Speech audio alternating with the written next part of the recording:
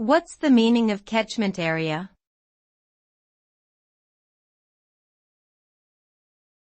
Catchment area.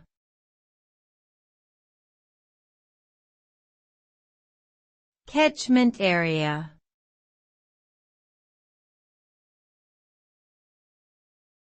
Catchment area.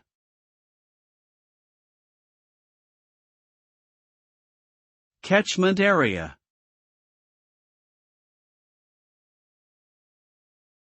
A catchment area refers to the geographical region from which a particular entity, such as a facility or service, draws its customers or participants.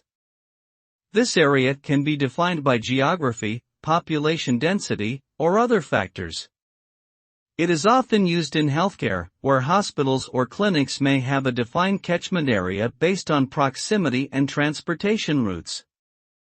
Understanding catchment areas can help organizations better target their services and marketing efforts to reach the appropriate audience and ensure optimal use of resources.